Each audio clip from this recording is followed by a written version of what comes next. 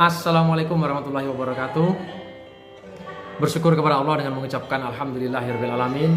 Bersalawat kepada baginda Rasulullah dengan mengucapkan Allahumma sholli ala sayyidina Muhammad wa ala ali sayyidina Muhammad. Yang kami hormati Ibu Eni Rose, fasil kami. Yang kami hormati Ustadz Misbahul Munir, PP kami.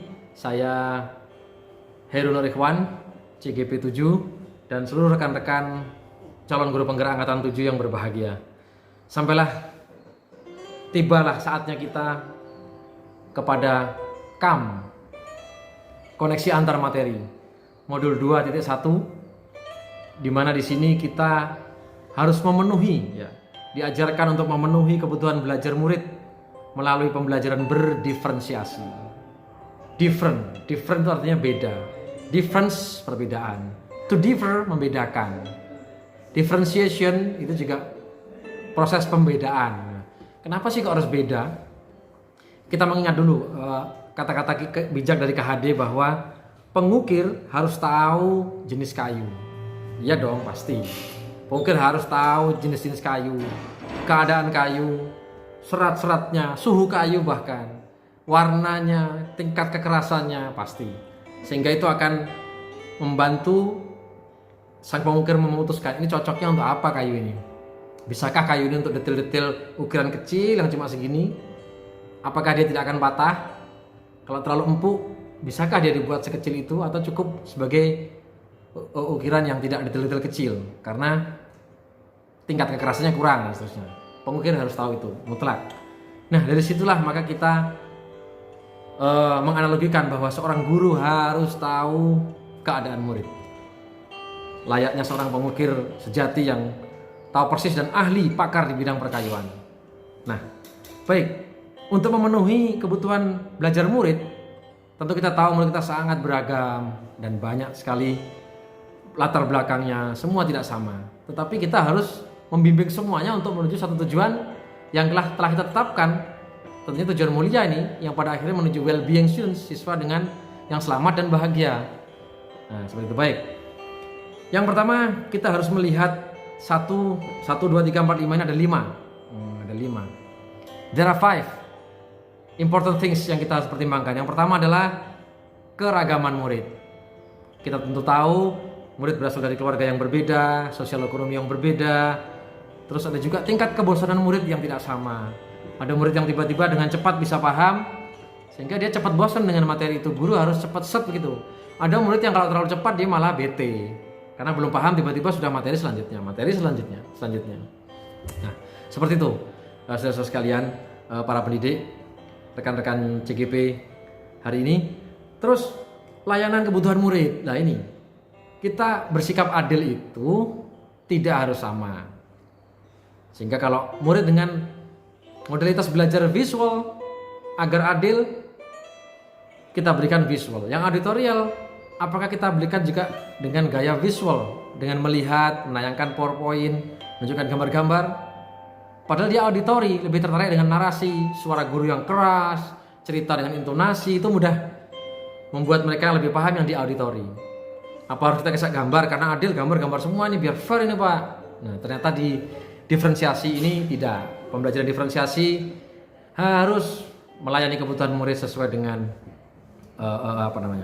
layanan yang dia butuhkan. Nah, apa itu nanti kita terus lanjutkan. Kemudian kita juga harus mempertimbangkan learning gap. Nah, antara kesenjangan pencapaian murid dengan goal yang kita harus capai. Goalnya segini kok murid cuma bisa segini. Ini ada apa ya? Kenapa ya? Pasti something wrong deh ini. Dan anak itu tidak ada anak bodoh menurut kita tentu. Tidak ada murid bodoh, yang ada hanya kecepatan yang tidak sama. Harusnya tujuannya set segini. Tapi kok ada kesenjangannya begitu jauh ya? Target kita segini, anak-anak masih di sini-sini aja, di sini. Enggak des gini. Kenapa? Pasti something wrong. Kita harus menyadari itu bahwa ada learning gap yang kita harus selesaikan. Padahal setiap anak potensinya pasti ada, seperti itu. Terus standar pendidikan nasional, kita harus pertimbangkan bahwa standar pendidikan nasional kita saat ini tuh ada 3 aspek. Yang pertama pengetahuan, keterampilan, dan sikap. Ini 3-tiganya harus kita penuhi. Nah, untuk memenuhi target itu kita membutuhkan suatu cara sebagai tukang pengukir yang canggih. Kita harus tahu jenis-jenis kayu. Kita harus tahu jenis-jenis murid kita. Maka dari itulah tercetus sebuah teori terbaru hari ini, tahun 2023 ini, kita mengenal pembelajaran diferensiasi. Baik, kita lanjutkan. Diferensiasi pembelajaran berdiferensiasi itu sering terjadi misconception. Loh Ustaz, berarti seluruh guru tuh harus bisa melayani semua murid ya? Dia harus lari ke sana melayani A, lari ke sini B, lari C. Satu kelas isi 32 murid, berarti guru harus menyiapkan 32 layanan ya. 32 lari sana lari sini ya. Akhirnya terjadi semrawut, chaotic gitu. Gurunya gowobyos. Sementara guru ini tentu kita tahu bukan malaikat, bukan superhero juga yang bisa melakukan lari sana lari sini di waktu yang bersamaan membuat semua terlayani. Nah, atau guru harus membuat soal yang lebih banyak untuk murid yang selesai lebih cepat. 20 soal. Tiba-tiba ada kelompok murid yang selesai duluan 5 orang. Apakah perlu dikasih 10 soal lagi sehingga dia mengerjakan 30 soal sementara temannya 20 soal, apa begitu? Pembelajaran diferensiasi. Nah, mari kita lihat sekalian. Nah, pengertian pembelajaran diferensiasi dulu. Pembelajaran diferensiasi itu adalah suatu usaha guru untuk menyesuaikan proses pembelajaran di kelas untuk memenuhi kebutuhan belajar individu murid. Nah, kita sudah bicara individu di make it personal. Saya dulu di bisnis juga ada teori motivasi. Urusan itu akan selesai dan tertangani dengan baik ketika you make it personal. Ya, buat itu tidak sama setiap orang yang permasalahannya. Waktu dan tempat, orangnya, kebutuhannya tidak sama. Nah, kata Tom Linson tahun 2001, itulah pembelajaran berdiferensiasi adalah usaha guru untuk menyesuaikan proses pembelajaran di kelas untuk memenuhi kebutuhan belajar individu murid. Kalau ada 32 murid ya berarti 32 individu. Gimana caranya nih? Nah, maka dari itu Bapak Ibu sekalian, kita yang pertama disarankan untuk mempertimbangkan atau menganalisis kebutuhan murid melalui 3 aspek. Yang pertama adalah readiness, kesiapan murid untuk belajar. Yang kedua adalah minat murid. Nah, kita harus tanya ini, anak itu sebenarnya minat nggak dengan yang kita sampaikan itu? Ada seorang pelatih sirkus ya, dia melatih binatangnya terus menerus, kadang lama nggak bisa gitu kan, marah ditali diikat sini sampai lama sekali. Ternyata satu kelemahan pelatih sirkus tidak pernah menanyakan yang dilatih itu berminat apa enggak. Biasanya yang dilatih itu monyet ya, ada anjing jinak itu biasanya tanya, kamu minat nggak dengan yang latih? Nggak pernah tanya gitu kan, makanya kadang-kadang sulit ngelatih itu. Nah, alhamdulillah kita bisa bertanya pada murid tentang minat, mengobservasi mereka sebelum melakukan pembelajaran. Baik, yang ketiga adalah kita harus mempertimbangkan aspek yang ketiga, yaitu profil belajar murid. Nah, nanti kita jelaskan satu persatu. Apa itu readiness, apa itu minat, apa itu profil belajar murid. Mari kita urai. Yang pertama, readiness murid. Kesiapan murid sebelum belajar, guru harus tahu, yaitu ini diibaratkan seperti kita itu mengelola equalizer itu. Equalizer menyesuaikan bass, treble, suara luar, suara dalam, low, mid, high begitu. Guru harus ahli. Bagaimana kita dari yang konkret kita arahkan ke yang abstrak, yang lebih sulit lagi. Membuat murid urusan yang sederhana yang dia ketahui kita tingkatkan menjadi lebih kompleks. Yang terstruktur menjadi yang bahkan tidak terstruktur. Wah, ini semakin mandiri dia. Terus ada juga yang tergantung, kita buat menjadi independen. Ini ada thread, ini kan tergantung menuju ke independen thread. Nah, ini prosesnya nih. Siap nggak mereka ke situ? Nah, untuk menuju ke sini dia harus punya kemampuan awal. Misalnya untuk menghadapi ilmu baru, sudahkah pengalaman-pengalaman dia sebelumnya itu mencukupi untuk melanjutkan dia menganalisis ke ilmu baru menuju tingkat yang lebih tinggi lagi. Siswa yang biasanya lambat kita ajari menuju cepat, ya kan?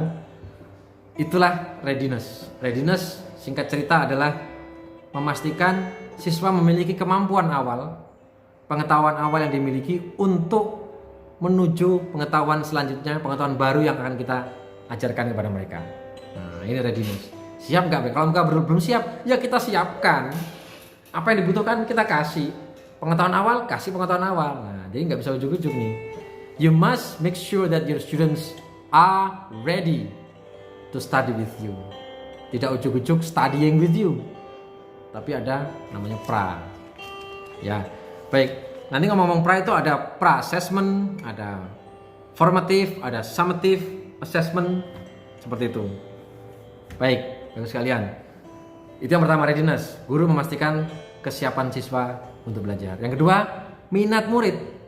Nah, apa itu minat? Minat adalah keadaan mental menuju kepuasan diri. Nah, minat itu suatu keadaan mental yang menghasilkan respon terarah kepada suatu situasi atau objek tertentu yang menyediakan dan memberikan kepuasan diri pada mereka. Mereka itu sudah fokus belum ke situ? Sudah mereka berminat tidak ke situ? Ke objek yang kita akan sampaikan, kita ajak, situasi yang akan kita berikan, ajakkan kepada mereka itu. Nah, ini harus dipastikan. Nah, maka dari itu Bapak sekalian, minat murid ini perlu ditelusuri dengan seperangkat alat yang guru-guru akan bisa melakukannya nanti seiring berjalannya waktu. Kita untuk memastikan bahwa murid itu sudah memiliki keadaan mental yang membuat dia fokus ke situasi yang akan kita ajak. Dan itu dia harus bersedia dulu. Kalau sudah nggak minat ya, sebagus apapun namanya nggak minat loh. Diajari sampai jebol katakanlah, urat leher kita sampai keluar, pensil 4 di sini. Anak-anak, tapi muridnya nggak minat, sudah nggak simpati, nggak seneng, nggak mau belajar itu. Nah, maka dari itu kita harus membuat dia berminat sebagai seorang guru. Baik, kita lanjutkan. Yang terakhir, kita harus menurut Linson 2001, Tom Linson yang menciptakan buku How to Differentiate, ya kan, Instruction in Mixed Ability Classroom. Bagaimana membedakan sebuah perangkat pembelajaran, instruction itu perangkat pembelajaran in mixed ability in the classroom, di dalam sebuah kemampuan yang bercampur nih, mix. Ada yang mampu, ada yang suka, ada yang ngantuan, ada yang pinter, ada yang sangat pinter, ada yang low learner, terus banyak macam-macam, dari keluarga yang sosial menengah, atas, bawah, dan seterusnya. Macam-macam itu namanya mixed ability in the classroom. Bagaimana untuk membuat instruction yang melayani mereka semua, yang berdiferensiasi, yang differentiate. Nah, ini di bukunya Linson ini, pakar pendidikan ini. Baik, kembali ke yang tadi. 3, profil pelajar. Nah, pelajar ini memang sudah memiliki bawaan ya, semacam bawaan. Setiap orang memiliki kebakatan tertentu dalam hal gaya belajar. Namanya adalah modalitas belajar VAK. Visual, auditory, and kinesthetic. Gimana K itu? K gini. K. Kinesthetic. Jadi visual, auditorial, sama kinesthetic. Bagaimana visual? Nah, anak-anak dengan tipe visual itu nyaman belajar dengan melihat warna-warna, melihat PowerPoint, melihat tayangan video, melihat lukisan bentuk-bentuk lukisan, melihat flowchart mungkin, gambar-gambar, melihat peta. Nah, dia senang visual, akan cepat dan lebih nyaman belajar dengan metode itu. Tapi satunya ada yang sudah pusing, lihat peta itu sudah pusing dia, mata udah nggak tahan, walaupun warna-warni indah ya, tidak menarik bagi dia. Dia lebih senang duduk, pejamkan mata, dengarkan gurunya ngomong penjelasan tentang peta dunia. Yang paling tengah itu intinya bumi adalah Ka'bah misalnya. Dia bayangkan Ka'bah, nggak usah lihat gambarnya, kalau lihat malah ngantuk. Itu ada loh Bapak sekalian, siswa dengan tipe atau modalitas gaya belajar seperti itu kita harus layani. Dalam kelas ini nyampur nih, duduknya kita nggak tahu. Ayo yang audio sebelah sana, visual nggak perlu juga kali. Ya mereka terserah aja dulu. Tapi kita sebagai guru tahu bahwa ada 3 jenis anak kelompok besar ini, yang suka mendengar narasi MP3 suara maupun dari MP3 tool, suara guru, suara temannya bercerita, itu lebih cepat membuat dia nyaman dan lebih cepat paham dibandingkan dengan melihat gambar yang membuat dia pusing. Sebaliknya kalau visual nggak dengarkan tuh kurang cetok gitu. Kalau nggak lihat langsung dengan mata kepala sendiri dia nggak percaya nih. Otaknya susah merekam gitu. Nah, demikian juga yang ketiga, kinestetik. Dia kalau cuma suruh lihat gambar walaupun menarik, mendengarkan walaupun suaranya jelas dan intonasinya juga sangat menggoda begitu untuk diperdengarkan, tapi kalau dia tidak melakukan apa-apa, dia bete juga, nggak senang juga. Dia harus berdiri bergerak, tangannya harus membuat sesuatu, dia harus menggambarkannya, ya kan? Dia harus bekerjasama, dia harus kesana kemari, ambil sesuatu, tempel di sana. Nah kan bergerak ke sana sini dia, itu seneng, itu cepet terkesan dalam subconscious mind dia gitu. Nah, oke. Nah, itu. Tapi satu lagi dari visual, auditory, kinesthetik sebenarnya ada satu lagi T, yaitu taktil. Siswa dengan modalitas belajar yang suka bergerak dengan tangannya aja. Tangan contohnya dia suka cetek-cetek apa ballpoint misalnya. Nah, gitu kan. Nah, coba gini dia taktil. Dia is not really kinesthetik tapi taktil, cukup tangan. Tangan ini harus juga dilayani biar dia punya momentum untuk menggerakkan tangannya sehingga belajar terasa lebih nyaman bagi dia. Nah, seperti itu sekalian. Nah, terus masalahnya gimana kita menemukan, mengidentifikasi kebutuhan belajar murid ini? Orangnya kan macam-macam, namanya juga mixed ability in the classroom. In the same classroom, ability-nya campur. Kita dituntut untuk mengetahui ke readiness of the students, minatnya, terus mengetahui profil belajar murid. Nah, caranya ada minimal 12 sekalian, 12 cara. Yang pertama, guru bisa mengamati dari perilaku siswa. Perilaku siswa akan terlihat, oh ini memang visual modelnya. Kalau dipaksa pakai auditori, dia akan paham tapi lama sekali. Tapi begitu tunjukkan gambar, langsung paham gambar. Nah, oh ini auditori ini. Kalau tunjukkan gambar dia ngantuk, males lihat.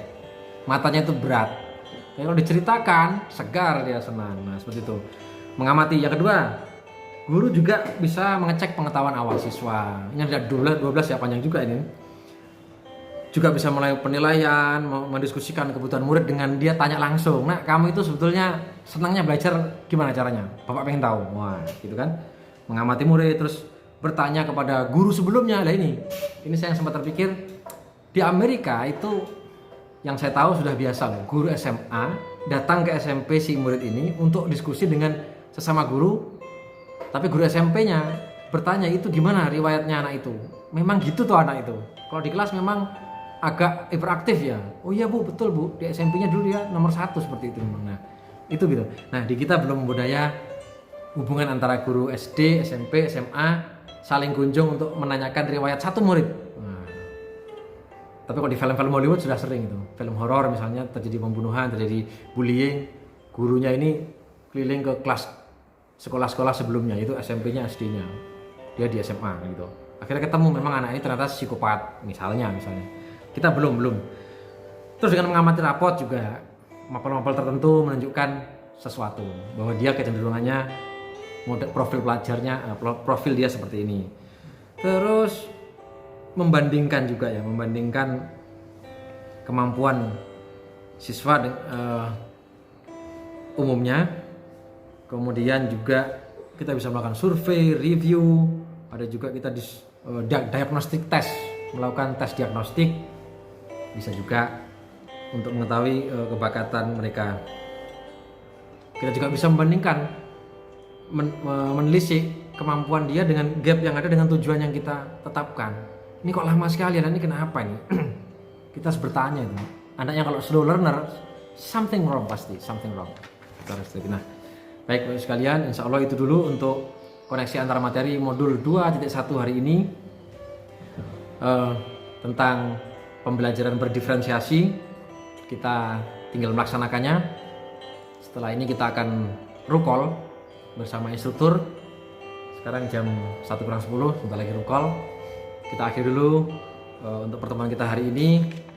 Ingat bahwa pembelajaran berdiferensiasi merupakan kebutuhan yang tak bisa ditunda lagi untuk memenuhi kebutuhan belajar murid. Agar apa semua ini? Agar siswa menemukan jalan paling efektif dia menuju tujuan yang kita tetapkan. Sama-sama kita inginkan. At least global destination-nya adalah siswa menuju well-being, kesejahteraan dan keselamatan, dengan cara yang paling efektif, paling cepat, paling efisien. Seperti itu. Baik, insya Allah itu. Terima kasih Ibu Fasil, Bapak Pepit, rekan-rekan CGP 7. Saya CGP Herno Rifwan. Mohon pamit dulu. Wassalamualaikum warahmatullahi wabarakatuh. Tetap salam guru penggerak.